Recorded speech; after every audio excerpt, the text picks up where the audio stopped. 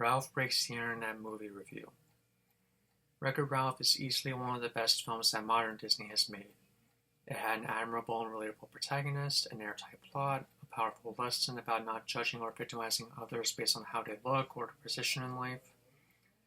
It was also a love letter to arcade gaming and classic video games and characters.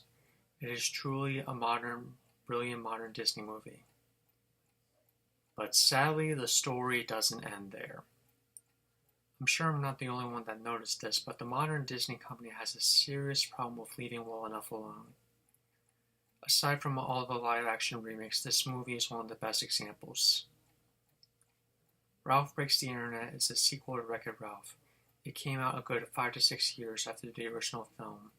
Despite having a lot of the same people working on it, it failed to recapture the same charm and magic in nearly every single way.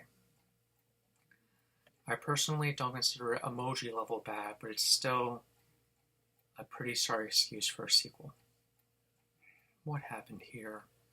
This movie is the definition of a character assassination. They took Wreck-It Ralph, a character I liked and related to, and basically made him the villain of this entire movie. He is incredibly insecure and possessive about his friendship with Penelope von Schweetz, which is not at all how he was in the previous movie. And to top it all off, they make it seem like Penelope is his only friend now, but him and Felix seem to be on good terms. Aren't they technically friends? What about all the Nicelanders? They don't seem to hate him anymore. That one lady made him a cake and everything. He is so possessive and insecure about his friendship with Penelope that he lets out a virus and nearly destroys the entire internet. I remember watching this movie with a group of other friends during the quarantine. At the time, they weren't aware that this movie was a sequel, but even they hated the way Ralph was portrayed. They were like, this is the guy I'm supposed to root for?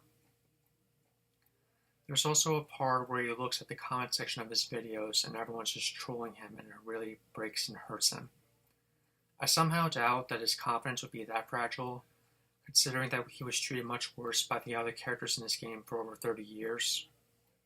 Okay, that's enough about Ralph, let's talk Penelope. Because she's not treated much better. First off, everyone in her game, Sugar Rush, and even herself still refers to her as a princess. Even though in the previous movie she gave that title up so she could be herself, and instead chose to instill democracy and called herself president. While trying to find the money needed to fix Penelope's game, the two check out an online game called Slaughter Race, and Penelope ends up liking it more than her game and eventually goes turbo. Even though that with King Candy gone, she's one of the star racers. Wouldn't that really impact the game? Wouldn't some kids think it's broken, leaving for Litwack to unplug it? And then there's a scene where Penelope meets the Disney princesses. Despite it being nice to see all these characters under one roof and some of them having the same voice actresses, the scene is also very woke. I try not to say words like woke or cringe much because people on the internet just slap them on something they don't like or they don't agree with. I feel like they're overused, frankly. Vix and Felix and Sergeant Calhoun have the least for me to complain about because they're barely even focused on. Even though they got married and they adopted all the Sugar Rush racers, they're literally given zero screen time whatsoever.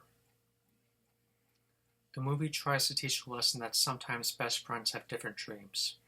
I feel like that is a very good lesson for kids and even adults in some cases, but it is executed so poorly here.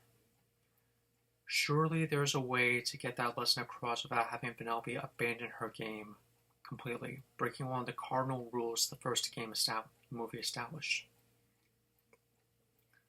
Wreck-It Ralph's plot had two rules of thumb for video game characters.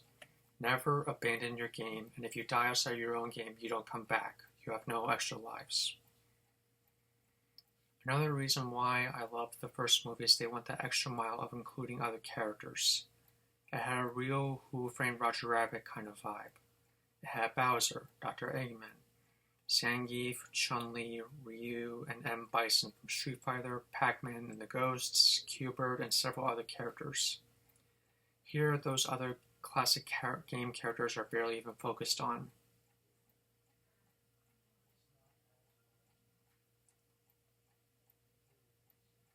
What I would have done differently. I believe that you could still have a plot where Ralph and Penelope venture off into the internet and also include the moral of how sometimes friends have different dreams without being executed as poorly here.